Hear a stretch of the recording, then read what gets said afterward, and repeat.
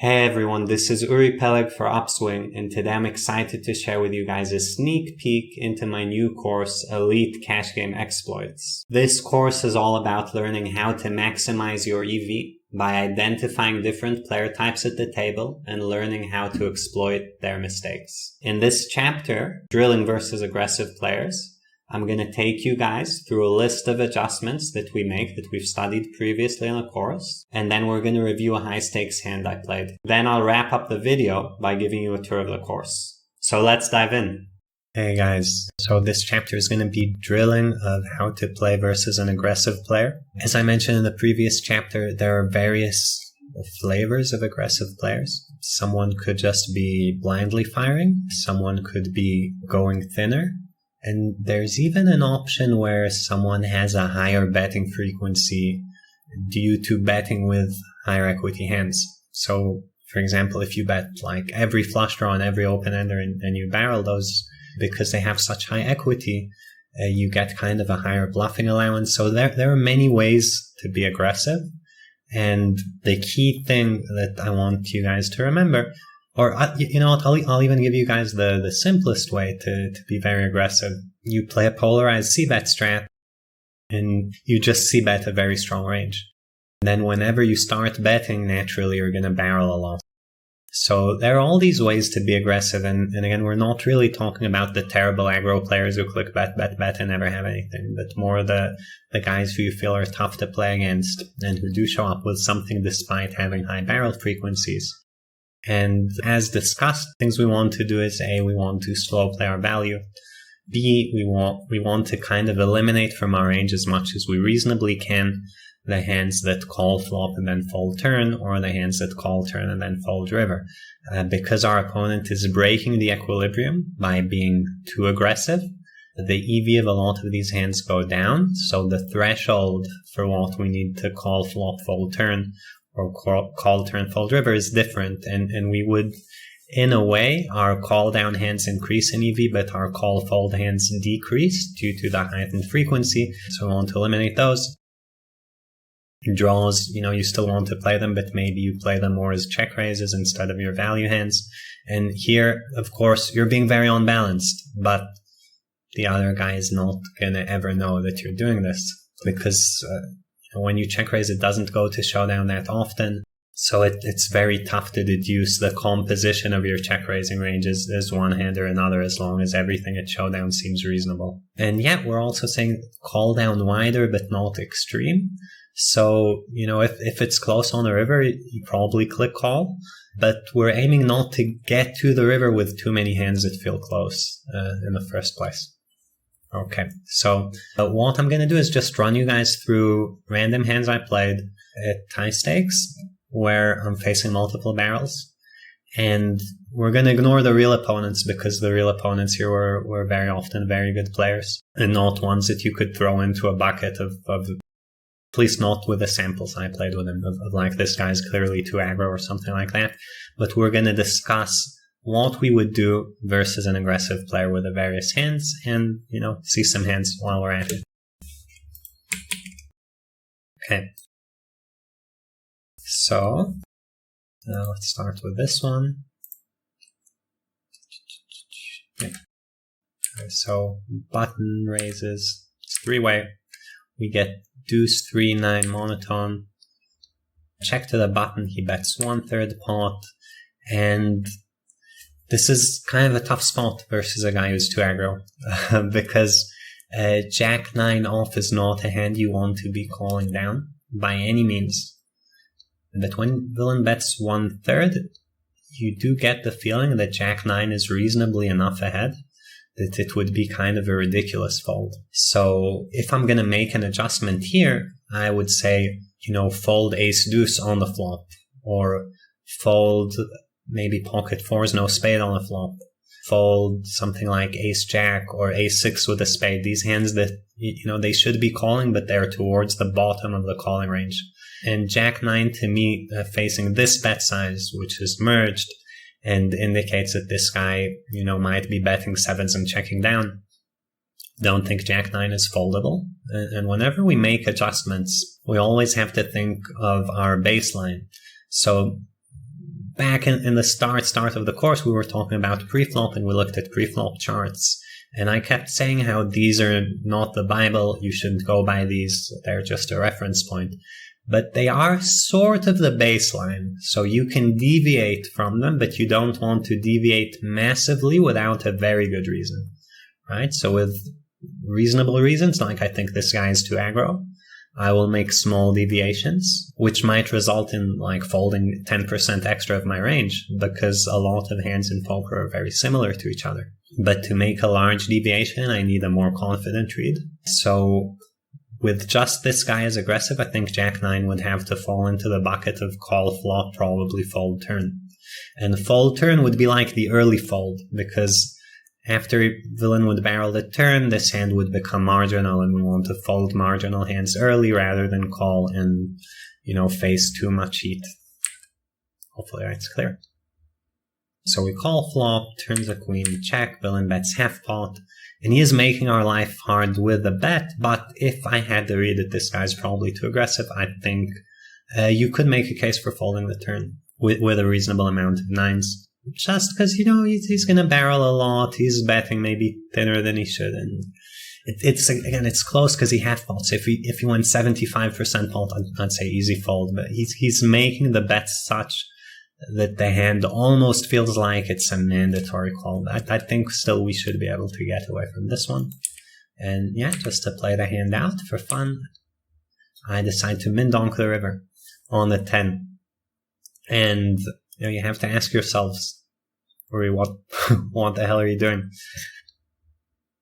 Why would I min-donk the river? And this hand was played years ago, but I can easily tell you guys what I was thinking. And probably my thought process was that when this guy bet just half fault on the turn, there was a very high likelihood he had something a bit weaker than my hand, or maybe some weak bluff.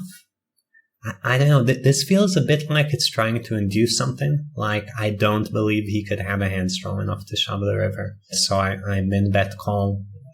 It's probably some kind of an inducing action, not to let him check down. There is, we haven't really gotten to psychological elements yet, but this is actually really useful against aggressive players specifically, because aggressive players often have big egos, and it's kind of embarrassing to fold to a min bet, and if you're bluffing, you can't call a min bet. So, if you can't call and folding is embarrassing, you kind of have to raise.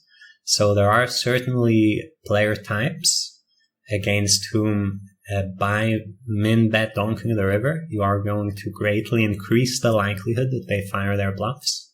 But yeah, I can't stand behind this with a theoretical explanation. I guess the main thing I can say is, I experiment with stuff when I'm playing poker. This is a line I was experimenting with for a while, and I have not been using it too much recently. So either way, villain calls, he has Jack-10 off, which, yeah, played all right.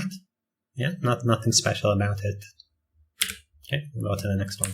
Okay, so it's time to walk you guys through the course. There are over 25 hours of videos.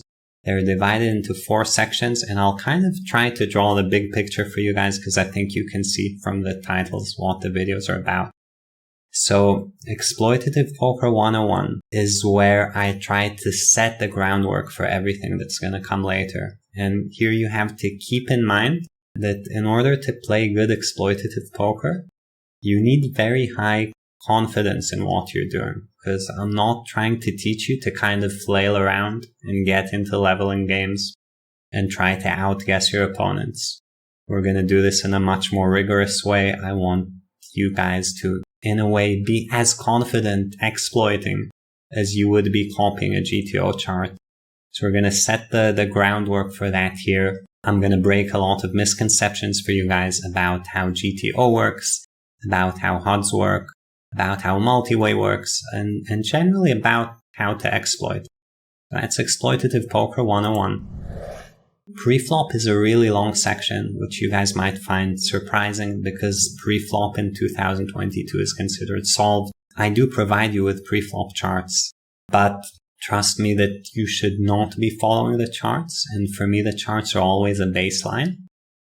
Every range is composed of different components. Each one is there for a reason. And the second your opponent deviates and you recognize it, you change your strategy with various hands. So we're going to go over different archetypes. We're going to break down the GTO pre-flop magical charts and understand what each hand is doing there and why, and go through everything. Pre-flop charts, we have 5 different open sizes, so you know how to play against all of them. There are over 500 charts here. Charts should be fairly easy and intuitive to use.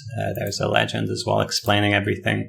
And I'm going to go through these and explain the logic as well, so they will, like everything you see in these charts will make sense, so you don't need to memorize them or anything. And we also have the late position steal app. This app lets you input parameters from people's strategies. So whether you know something about a specific player or you know something about a player pool, for example, they don't 3-bet as much as they should, big blind versus button.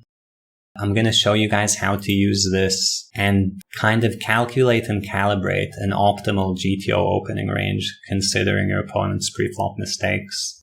I'm going to show you guys examples of how I use this at high stakes games and open ridiculous hands for a fairly nice win rate.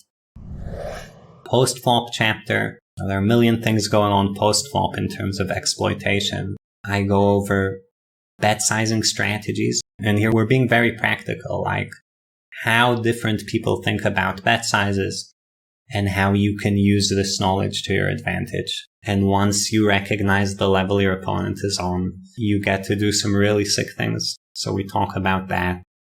We go really in depth into c-betting strategies, how they work, what the counters are, what the counters to the counters are. And this is more in depth than anything I've ever seen online by a fair bit. We talk about sizing tells. There's a really fun live play video where I do lots of sizing tells plays. We talk about player archetypes. So like what is the effective adjustment against an aggressive player or against a calling station, both, pre-flop and post-flop.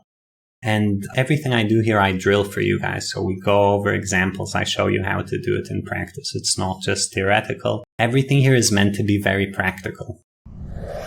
Play and exploit section. You're going to see me do live plays. I feel like live plays are extremely important with all this material. And here I'm going to try to integrate everything you've learned in the course. So you're going to see me make pre-flop range adjustments, sizing adjustments, post-flop, c-betting strategies, reads and player profiling and all of this live. And I'm going to do it over several different limits. Each limit is going to have different adjustments and different play style. Some cool stuff going on there for sure. And also doing player analysis.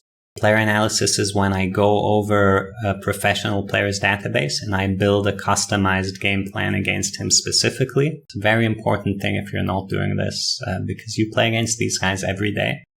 So even if they don't have huge leaks, and some of these guys will, you want to increase your win rate. So you want to know who you're playing against.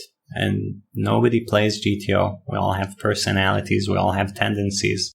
In this course, you're going to learn what to look for, how to recognize it, and what to do about it.